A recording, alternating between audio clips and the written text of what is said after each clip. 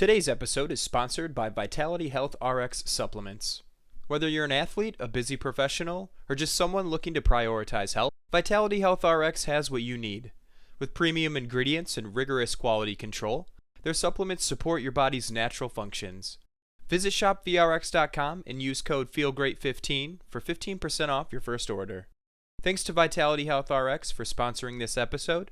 Now let's dive in. Welcome to the Feel Better, Feel Great podcast, episode 115, POTS or Infection. I am Dr. Andrea McSwain. Before we delve into today's podcast, I want to remind you that I am a medical professional, but this information is educational only. It is not intended to substitute for personalized medical advice, diagnosis, or treatment. Please consult with your healthcare provider. Now let's embark on today's journey. POTS. Okay, so if you're listening to this, you probably have that diagnosis or you're wondering what I'm talking about, which would be great. So I'm going to tell you about this syndrome, postural orthostatic tachycardia syndrome, POTS. So you're dizzy, you can't control your blood pressure or your heart rate, and it becomes a syndrome. It keeps happening and it's likely getting worse. You might be like our patients who deal with this or come to me with this. Your heart is racing, you're regularly in the emergency room, you're doing something called tilt tests, you're having to stop your life because your head's spinning and your body doesn't know what to do with itself. You might be falling, you're exhausted, you're reactive, you don't know what to eat, your gut's not working. Basically, your vital signs are out of whack and it's settled in to your operating system of your central nervous system. So vital signs are temperature, blood pressure, heart rate, breath rate, and there has been some argument to include pain level. But anyway, these are your vital signs that you're vital. If you're having vital sign irregularity, like thermoregulation, so you can't control your temperature, you're always freezing, or you might be shaking, you're so cold, or you might get very warm and start sweating and turn red, and it has to pass as a wave through you before you can continue to talk. Yes, you might have your clothes might get soaked in that regard. Your heart might again keep racing, your blood pressure might keep going, or you might get dizzy and woozy. All these things are happening and there are significant vital sign irregularities. I think that's the first thing to say. I also think that POTS is greatly misunderstood.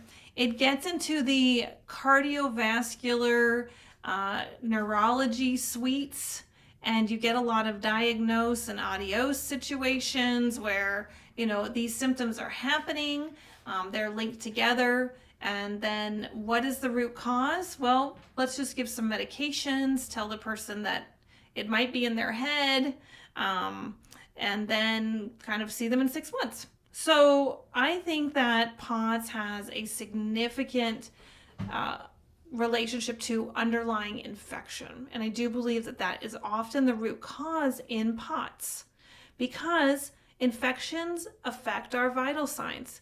Infections affect our temperature regulation, how much our heart is racing, how much we're having our blood pressure affected, and then how much our heart, our pulse and our breath. So POTS affects those things as well. So I really see an overlay of those symptoms. When I think about POTS as a diagnosis, I think about those ideas of the vital sign irregularities often as an acute problem, like an infection, but nothing is really present necessarily for infection. I want to say that, but I want to say that it feels like an infection that gets ingrained into the body and that it affects our central nervous system. So you can't necessarily see symptoms that are normally found in infection that would, I think it just screams infection personally. So I'm really trying to understand how it gets into the cardiology suite, how you're having symptoms that the neurologist is trying to address, but it's not necessarily in those areas that you're going to seek resolution. And when you go to the emergency room, the role of the emergency room physician is to make sure that you're not dying. But you might feel like you're dying because all these symptoms are quite horrific, but there's no real cause and you seem stable enough, and so you can go home. Well, again, let's revisit what infection looks like. Fever, which can also then turn into chills, okay? And the reason our body has fevers is to elevate the body temperature so that the immune system can fight off pathogens. Okay, what about looking at sweats and chills? These are followed in such a way that sweats and chills can accompany fever and are common during systemic infections. Well, what about fatigue? Well, the body, when it's working really hard, can get tired. So treating an infection from the immune system can cause our other systems to not have as much energy, particularly our musculoskeletal system.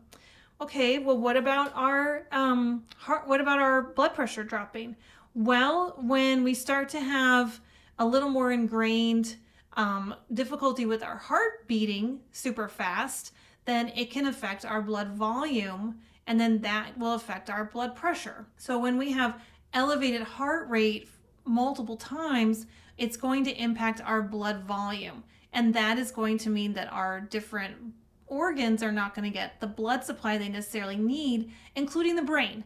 So that's where hypotension can be symptomatic with dizziness or lightheadedness, instability, and even falls. And we might see other organs affected as well in situations like POTS. That can include inflammation, coughing, shortness of breath, nausea and vomiting, skin changes, difficulty swallowing, definitely urinary symptoms, and definitely musculoskeletal symptoms. So you might just be so tired, or your blood volume might not be allowing very good tissue perfusion. So some of these organs might not be getting the blood supply that they need in order to do the work. And so you have a sustained symptomatology, and then what happens? The body goes into protection mode. So I want to elaborate on that in a minute, but I want to further define a little bit more about POTS. Just in case you also are experiencing these things and you're going to the emergency room or you're talking with your doctor and you're not getting the information that is leading you to an understanding of what's going on, and then perhaps in this discussion, a more underlying understanding of what's going on. Okay, so when POTS happens, it is characterized by an abnormal increase in heart rate. It occurs oftentimes when people change their fluid status from laying down into a seated or standing position. So normally when people stand up, your body adjusts to keep the blood flowing to your brain. That's a blood volume issue. And it's not just the blood flowing to your brain, but the other important organs or vital organs. Okay. When people have POTS, they don't have this adjustment.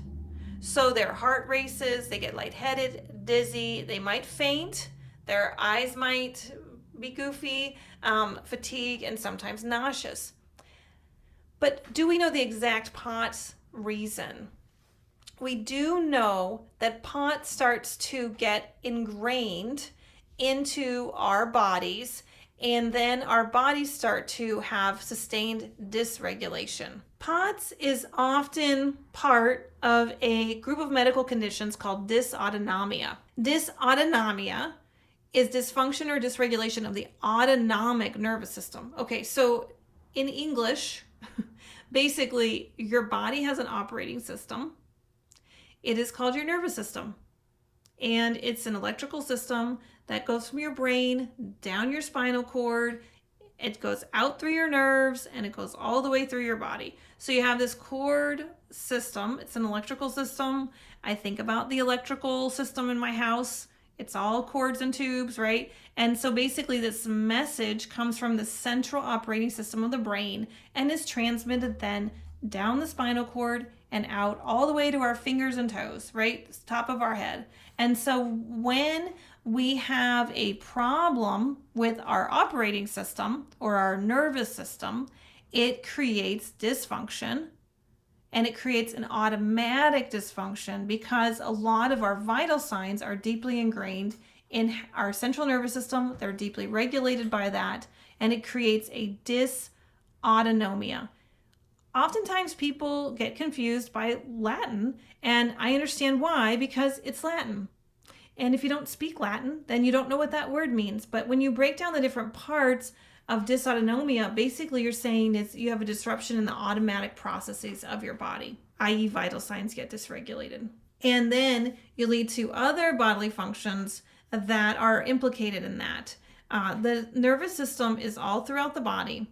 And so it's very important to understand that when we think of a syndrome, we're thinking about different parts or different symptoms that then come together and happen as a cascade or part of each other, or just part of the profile of what's going on with you in your concerns as a patient. There's other things that are correlated to dysautonomia that really are related as well to POTS, and that's orthostatic hypotension. So basically, when you go from sitting to standing or laying to sitting and standing, you have a low blood pressure. So hypotension means low blood pressure, and that makes people woozy. And then you have other things called autonomic neuropathy. This is a damage or dysfunction of the nerves that control our autonomic or automatic functions.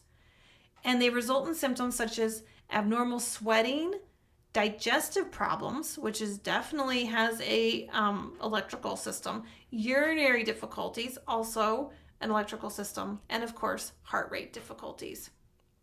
And then when people have pure autonomic failure, this is a very rare condition of dysautonomia where they have a gradual loss of autonomic function, leading to symptoms like orthostatic hypotension that's sustained, urinary problems, and temperature regulation issues. So again, think about your vital signs and then think about organs that automatically function and see see a way to understand how these are connected and how we can also look to address them maybe with a little bit different approach. But I want to tell you the general approach that is done when someone goes to the standard kind of processes of working through the medical system if with a POTS diagnosis. So first, ideas about lifestyle modification. So increasing fluid and salt intake. That screams adrenal dysfunction. Okay, compression garments. Wearing compression garments or abdominal binders to prevent blood from pooling in the lower extremities to reduce symptoms like lightheadedness and dizziness. That is a fluid volume issue. That is lymphatics. That is the reduction in the pump of the body. And then squeezing the muscles. So physical counter pressure maneuvers. Crossing your legs, squatting, tensing muscles. So that's called using the muscles to get the pump working. Okay, so those are some lifestyle modifications, which basically means support your adrenals and keep the pump going the best that you can so you're moving the fluid. In terms of medications, oftentimes patients that come to me who have the POTS diagnosis are using something called a beta blocker, particularly metoprolol. These medications, they lower your heart rate, so they reduce palpitations, especially when you're transitioning. That's because they slow your heart and lungs due to their specific mechanism of action called beta blockers. So really, it's very hard to get over that hump of using beta blockers because it's almost like someone is pushing on your head when you're trying to run, or that you have a ceiling that's pushing on your head and you can't move. It's very, very restrictive. Another medication that's often given in dysautonomia or POTS is a steroid called fludrocortisone. So cortisone is a steroid. Again, this causes sodium retention, fluid volume retention. So you're adding to your blood pressure volume, which would add to your blood pressure, and that would therefore reduce symptoms of orthostatic hypotension. However, different cortisols will make you bloat, but they are also immune suppressive when given in high doses. So midodrine is a vasoconstrictor that helps raise blood pressure and reduce orthostatic hypotension symptoms. The reason is it tightens the blood vessels, affecting the central nervous system. And then when the blood vessels are tighter, then you don't need as much blood volume. And so your heart can be racing, and then your blood vessels are also getting tighter. That's a little bit different approach to the central nervous system. And actually, I want to talk about that in a second. But I last want to stay with one more medication that's often given called pyridostigmine. Now, pyridostigmine is just a really fun word to say, but this is a autonomic nervous system modulator. So it basically alters your autonomic nervous system. That is a very much a playing with fire, in my opinion, because when you work with the autonomic nervous system to modulate it and you give it a synthetic, you really are creating potentially a lot of other symptoms of the autonomic nervous system. Then there's some other things about exercise and physical therapy, and I often find people with POTS cannot exercise. They are exhausted. Their heart is racing. They're sweating. They're freezing. Their blood pressure is making them so dizzy. They're scared to stand. So I don't really recommend exercise programs. I do recommend laying on a mat, maybe stretching, bending someone's knees, things of that nature if they're going to do those things at home. The other thing is a tilt table test and tilt table training, which is oftentimes my patients who come to me with POTS really struggle with this idea because it makes them feel awful to go and be on a table that's tilting and then go back and forth. So yes, I guess there's an idea that it will build up your endurance, but I have yet to find anyone that has succeeded in that idea because it's further exacerbating the symptoms because they're going into different positions from basically shifting their head above and below their heart. That's really the issue when you look at orthostatic hypotension, is that if your head is level with your heart, slightly above your heart, or there's a big difference when you're standing, right? So in those laying, sitting, standing issues with orthostatic hypotension, it's more about how much your heart is really struggling to serve as a pump in order to be able to pump the fluid effectively to the tissue, particularly the brain, so it gets enough blood volume so that it won't be dizzy. And that is a lot of what's going on with these underlying problems. And then there's, of course, some ways where people talk about cognitive behavior therapy. If you're dealing with anxiety, depression, stress, oftentimes when people are dealing with POTS, it makes them anxious. They're afraid. They're afraid of living even a standard of life. They're afraid that they're going to fall. They're going to hit their head. They're afraid they're not going to be able to take care of themselves. So there's that part of discussing how you're going to adjust cognition, but also recognize that when your body's in this phase, it's really hard to be thinking rationally because it's frightening. So individuals with POTS often work closely with cardiologists, neurologists to develop treatment plans, addressing specific needs and symptoms, and then people come see me. And I really appreciate when they come see me because, one, I want to talk to them about what happened. Okay, clearly there's something that was a driving force here. We're looking at how did the central nervous system get dysregulated? And I will tell you, I really quickly go to infection because infection, when it is sustained, is going to make people's heart rate fast. It's going to alter their blood pressure, and then it's going to make those thermoregulation happen, and then it's going to cause dysregulation in organ systems. I want to take a moment to go into a little bit of physiology because it's a really important concept when you look at the body and how it works. And so it's called cardiac output. So what is your heart putting out? Okay. And it is regulated by two variables: heart rate. It's also regulated by blood pressure. Okay. So cardiac output equals heart rate times blood pressure, technically stroke volume. So stroke volume is blood volume. So cardiac output equals heart rate times stroke volume. In physiology, we say CO equals HR times SV. When you look at how much output is your heart doing, imagine if your heart is really pumping, okay, then your volume is going to be a little bit lower because we always want to keep cardiac output the same. If your heart rate is a little bit lower, your volume or how much you put out is going to be a little bit higher. So cardiac output is the part that stays the same. Our body's pumping about 5 liters a minute through our body. Our heart is pumping about 5 liters a minute through our body. Okay, so that's the cardiac output.